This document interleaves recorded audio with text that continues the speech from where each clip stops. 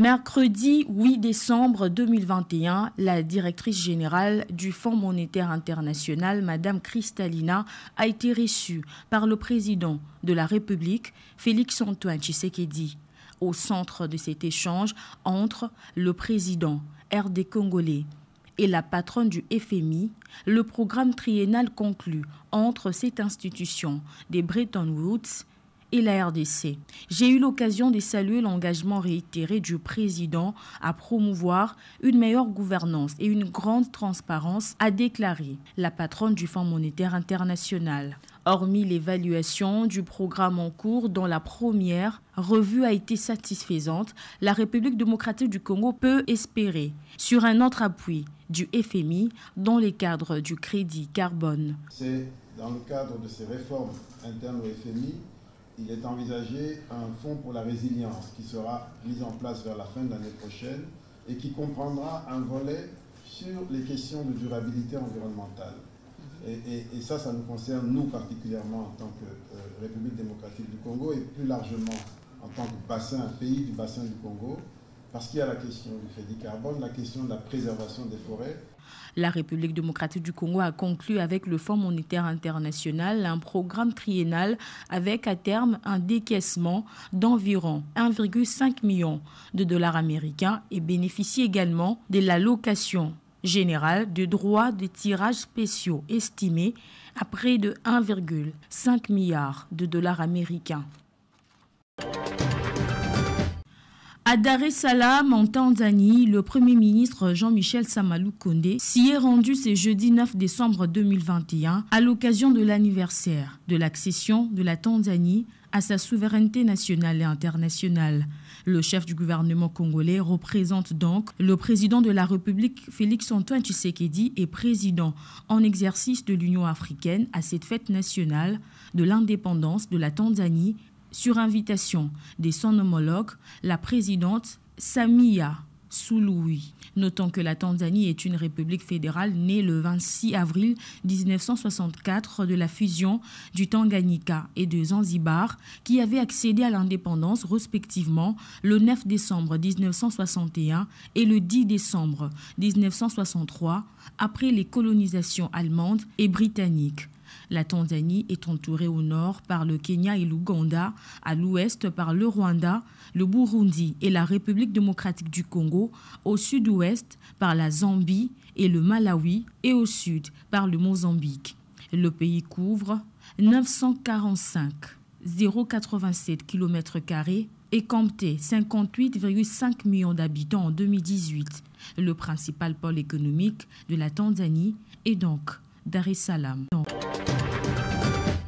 Tous les 279 députés nationaux présents à cette séance plénière présidée par le premier vice-président Jean-Marc Aboum, ont voté à l'unanimité la proposition de loi portant régime spécial de sécurité sociale des agents publics de l'État, transmise au Sénat pour seconde lecture, ensuite au président de la République pour promulgation. La loi sur le régime spécial de sécurité sociale des agents publics de l'État répond notamment au défi d'élargir le système contributif de sécurité sociale de l'ensemble des agents publics de l'État, à l'instar de travailleurs du secteur privé, dans le strict respect de l'article 12 de la Constitution de la République démocratique du Congo, qui stipule tous les Congolais sont égaux devant la loi et ont droit à une égale protection de loi. Par ailleurs, cette nouvelle loi qui veut rendre attractive la cessation définitive de services dans l'administration publique est aussi un mécanisme juridique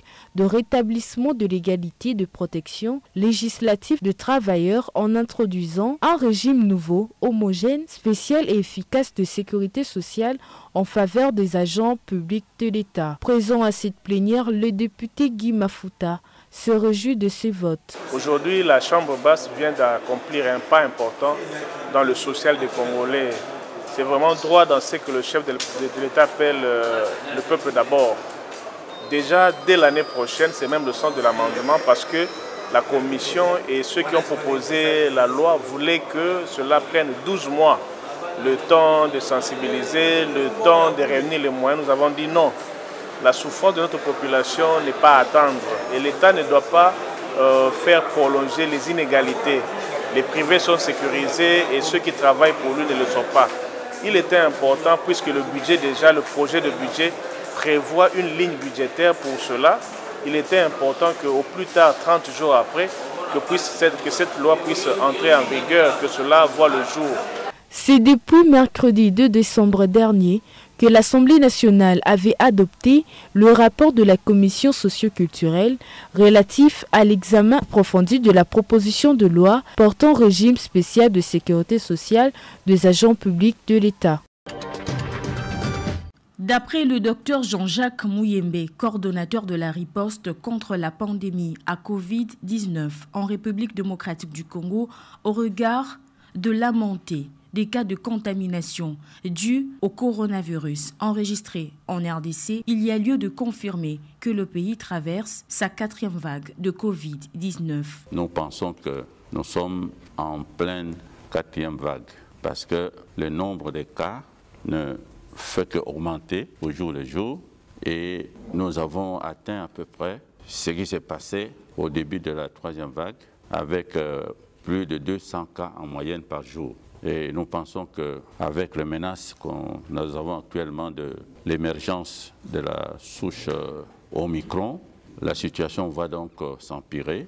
Et face à cette énième vague, le docteur Jean-Jacques Mouyembe appelle au respect de gestes barrières, aussi à la vaccination. D'abord, c'est le respect des gestes barrières. Le port des masques doit être obligatoire. Et le port des masques corrects, pas considérer les masques comme un ornement, n'est-ce pas, du menton, mais comme quelque chose qui protège et le nez et la bouche correctement. En plus de ça, il faut respecter la distanciation physique. Maintenant, il y a également une autre mesure qui pour moi est capitale, c'est la vaccination. C'est la vaccination, on n'a plus de doutes. S'exprimant au sujet du nouveau variant Omicron découvert en Afrique du Sud, le virologue congolais appelle la population à ne pas céder à la panique. La survenue donc du variant Omicron ne doit pas s'aimer la panique dans la population. Bien sûr, c'est un sujet qui nous concerne, mais je pense qu'il n'est pas juste de donner trop de valeur ou d'inquiétude à ces variants Omicron. Je n'étais pas d'accord avec ces mesures économiques qui donc mettent l'Afrique australe hors des circuits économiques mondiaux. Ça, c'est une grosse erreur et qui ne va pas résoudre le problème. Lors d'un point de presse animé ce jeudi, le Bureau régional pour l'Afrique de l'Organisation mondiale de la santé a signifié que le variant Omicron, qui touche davantage les pays de l'Afrique avec un nombre de cas bondi de 93% sur le continent, en une semaine seulement en Afrique du Sud, où il a été découvert, l'on note une baisse de cas d'hospitalisation. Néanmoins, l'OMS Afrique insiste sur la nécessité d'intensifier la vaccination sur les continents qui, en moyenne, restent très faibles.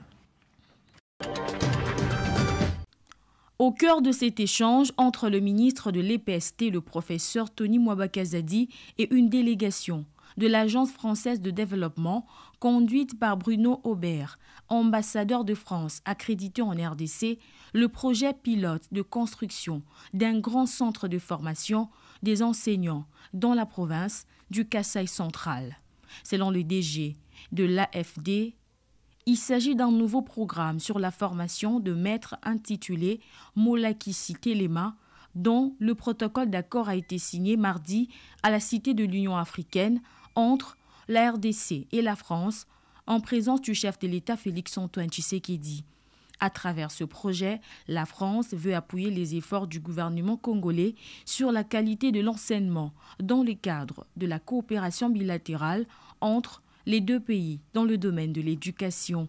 La délégation de l'AFD a fait savoir au ministre Tony Mwaba qu'elle compte même aller au-delà de ce projet, question de réitérer l'engagement de la France qui apporte un appui de 500 millions d'euros pour les 4 prochaines années, avec comme priorité nationale la gratuité de l'enseignement primaire. On est venu ce matin voir Monsieur le ministre avec l'ambassadeur, avec un honorable député français, Bruno Fuchs, voilà, pour poursuivre la discussion au-delà même de ce programme, puisque je suis venu en République démocratique du Congo indiquer un réengagement très fort de la coopération française reflétant l'excellence de la relation bilatérale entre nos deux pays, 500 millions sur les 4 prochaines années, avec une part évidemment significative pour cette très grande priorité nationale, avec la gratuité de l'enseignement primaire pour le secteur de l'éducation.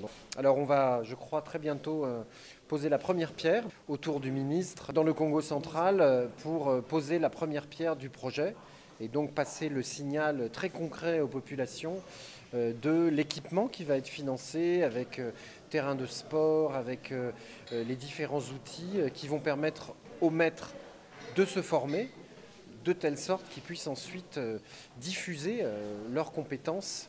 La question de la mise à la retraite des enseignants pour une nouvelle génération des enseignants bien formés et dynamiques était également évoquée lors de cette rencontre.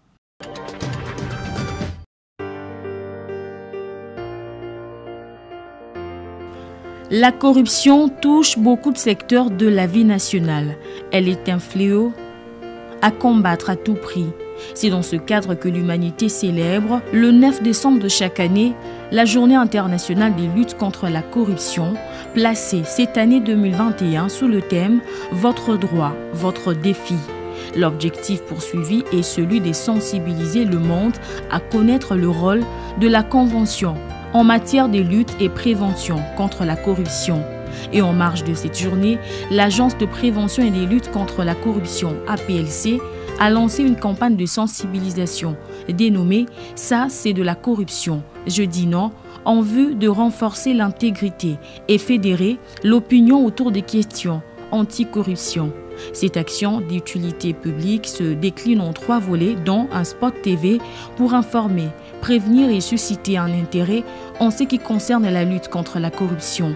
À travers cette initiative, l'APLC veut aider la population à prendre connaissance de cette journée, prévenir la corruption, aussi interpeller les cibles et susciter des changements profonds dans le chef de celle-ci afin d'instaurer une nouvelle culture, celle de l'intégrité.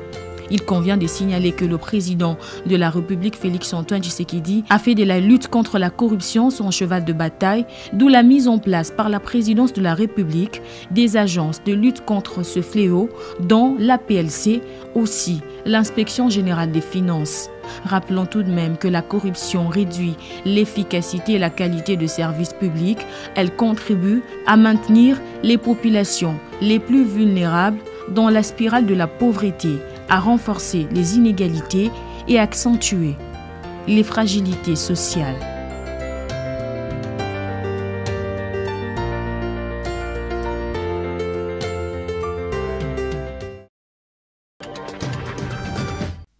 Cette table ronde sur les élections et la masculinité positive est organisée par l'Académie de management et de droits humains en Afrique, AMADA, dans le cadre de la célébration de la Journée internationale des droits de l'homme.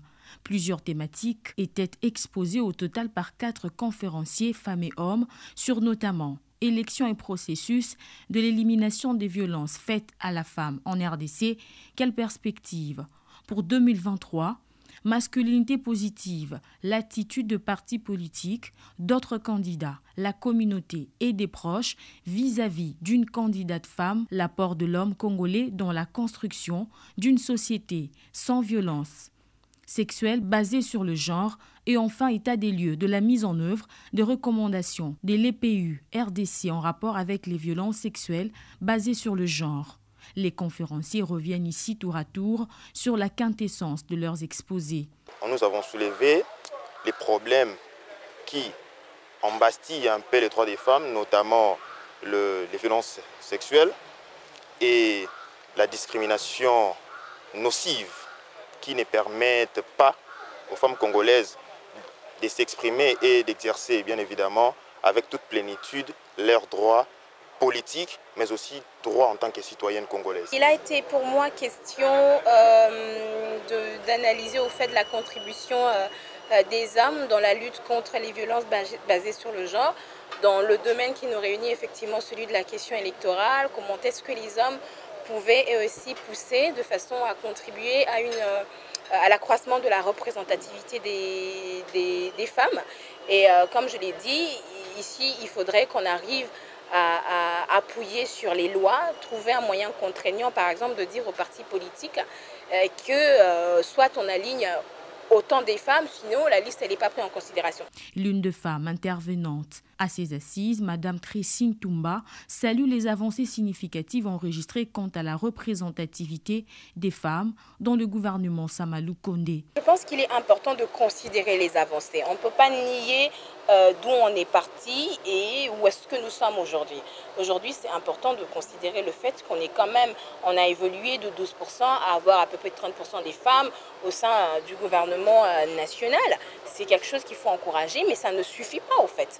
On est heureux de se rendre compte qu'on a veillé à ce que les femmes puissent être représentées au sein du gouvernement national, mais la lutte continue au fait. Amada, Académie de management et de droits humains en Afrique, est une organisation de défense des droits de l'homme spécialisée dans le renforcement de capacités techniques et organisationnelles des organisations publiques et privées en Afrique. Parmi ses objectifs, contribuer à la bonne gouvernance publique et privée pour le développement durable.